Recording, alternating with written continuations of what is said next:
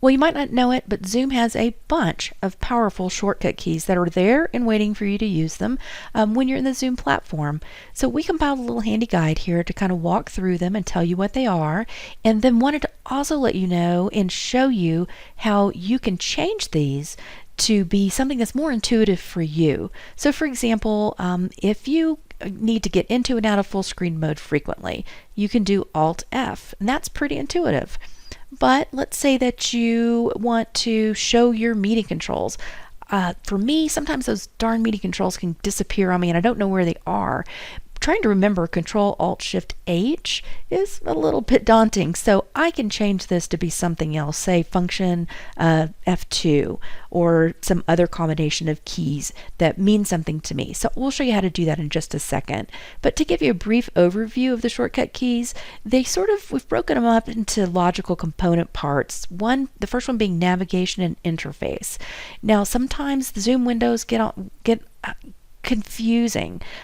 We have a lot of folks that they have the full screen mode pop up on top of their normal view. They lose their navigation panels and it can be very frustrating.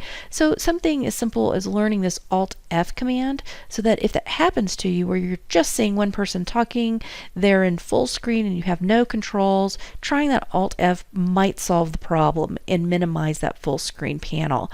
There are other things too, like changing whether you see, like I was mentioning, whether you see a chat panel or not. If that's something that you get into frequently, then you might want to learn the Alt H or change it to Alt C if that makes more sense to you. You can also jump into the participants channel if that's something that you use to be able to see all of your participants. And then the thing that everybody gets stuck on is how do you end the meeting? Where is the leave button? Yes, it is always in the bottom right, but it truly is funny to see people trying to leave the meeting. I still do it myself. So Alt Q is the way to do that. Now going on into views, these commands will let you switch between your speaker view and your gallery view. And it's true, you can just go up to the top right part of Zoom and click on those two buttons as well. But sometimes you may be switching back and forth. There are circumstances where people do need to switch back and forth frequently, and so learning these commands might be useful to you. Going along, if you have a very large panel, sometimes we have people who are hosting 100, 200 people on their Zoom calls. The page up and page down function will let you scroll from panel to panel to panel. Depending upon how big your monitor is and what the resolution is, you can see anywhere from 20 to 49 people on a panel. And so this lets you kind of flip through them very quickly. Moving on to audio and video, if you select Alt V, you can stop your video and start your video. Alt A stops your audio and starts your audio again. You can mute everybody if you're the host with just Alt M. And going through these other ones, you can just look through them and see which ones of those are relevant to your particular situation. If you screen share frequently, Alt S is great because it pops you right into the panel where you can choose which document or which screen you'd like to share. If you use two cameras, this Alt N is great. A lot of teachers use two cameras. They'll have one where they're sitting in front of their camera and they'll have one where they're standing up at a whiteboard. So the Alt N gets you back and forth between the two cameras. Moving on, the chat function, if this is something that you use a lot, Alt H will bring up the chat panel, and then you can zoom in to the chat panel and make the font size larger by doing Control plus or Control minus. These are very handy, particularly since some screens show the text so small that Control plus can come in very, very handy for you. And then there's some other miscellaneous ones that really just check those out if they look interesting to you at all. So now let me just go to the most exciting part, which is to show you how you can set these up to be something that's more relevant to your particular situation. So now here we are in Zoom, and I just want to show you a couple of those features that are the shortcuts that we looked at.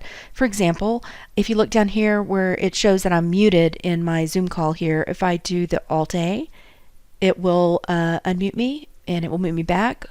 Option V would start my video.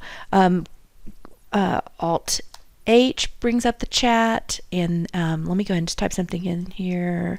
This is very small. Control plus will make my chat larger or smaller. if I do the Alt-H again, it gets rid of my window. So you can see it can be very quick to get into and out of the Zoom environment if you learn those shortcut keys. So you might want to print that out and play around with the features that are useful to you.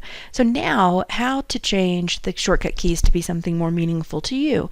Well, there's a couple of ways you can do that. If you're in a Zoom call, and I'm just in a Zoom call with myself, there's nobody else here with me, I can go to this video arrow and into the video settings. And that seems a little counterintuitive, but that brings up a bunch of just general settings for you. And one of them is this keyboard shortcut.